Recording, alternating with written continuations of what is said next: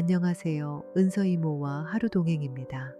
살다 보면 미운 마음과 안쓰러운 마음이 같은 사람을 향해 동시에 몰아칠 때가 있습니다. 그 감정이 가장 또렷하게 느껴지는 관계가 바로 시어머니와 며느리 사이라는 생각 여러분도 하신 적 있으실 거예요. 미운데 또 불쌍하고 불쌍한데 또 미운 이 마음을 오늘 조용히 들여다보려 합니다. 오늘의 이야기 주인공은 64 경숙 씨입니다. 아들 하나, 며느리 하나, 손자 둘을 둔 평범한 시어머니이지요.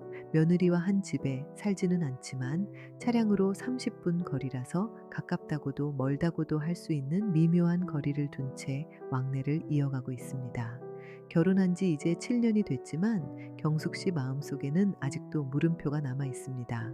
며느리는 왜 저렇게 행동하는 걸까? 명절이 다가오면 조금만 더 부지런했으면 좋겠고, 아이들 교육도 좀 더 꼼꼼히 살펴줬으면 싶고, 아들한테도 더 살갑게 대해줬으면 좋겠다고 생각합니다. 그러다 보면 어느 날 문득 입에서 한마디가 튀어나옵니다. 그 애가 참 어디 빠진 구석이 없어. 그런데 그 말을 다 뱉고 나면 마음 한쪽이 이상하게 무거워집니다. 오늘 이야기는 바로 그 무거운 마음이 만들어내는 감정의 파도를 따라가 볼 거예요. 경숙 씨도 한때는 며느리였습니다. 20대 중반 아무것도 모른 차에 시집 와서 그저 눈치만 보며 지내던 그 시절을 아직도 기억합니다. 시어머니 눈에 들려고 애쓰면서도 속으로는 왜 나만 이렇게 해야 하지? 라는 생각이 하루에도 몇 번씩 스쳐갔습니다.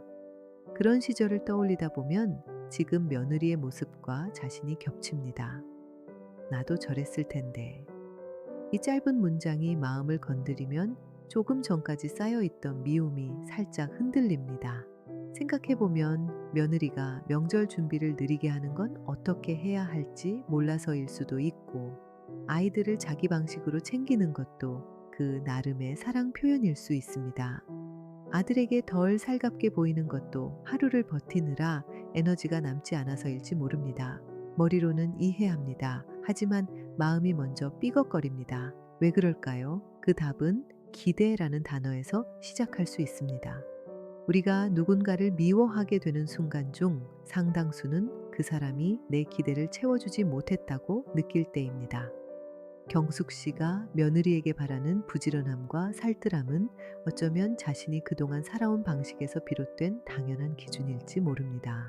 며느리는 나와 다른 환경에서 자랐고 다른 방식으로 사랑을 배우고 살아온 사람입니다.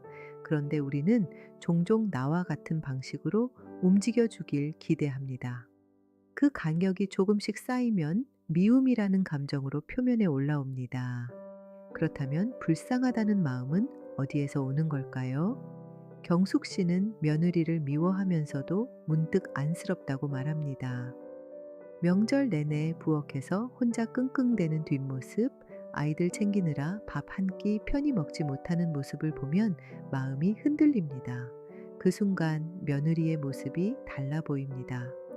내 며느리라는 이름표가 잠시 지워지고 한 여성, 한 사람으로 누군가의 딸로 보입니다. 낯선 가족 안으로 들어와 여러 기대를 버티고 있는 한 인간으로 보이는 것이지요. 그렇게 바라보면 미움과 안쓰러움은 서로 반대되는 감정이 아니라는 걸 알게 됩니다. 두 감정 모두 나는 이 사람에게 여전히 마음을 쓰고 있다는 증거일 수 있습니다. 무관심한 사람에게는 미움도 안쓰러움도 생기지 않습니다. 남아있는 연결이 있기에 마음이 그렇게 요동치는 것입니다. 어떤 관계는 좋아지려고 애쓰는 것보다 기대를 조금 내려놓고 서로를 조금 더 바라보는 것만으로 서서히 달라지기도 합니다.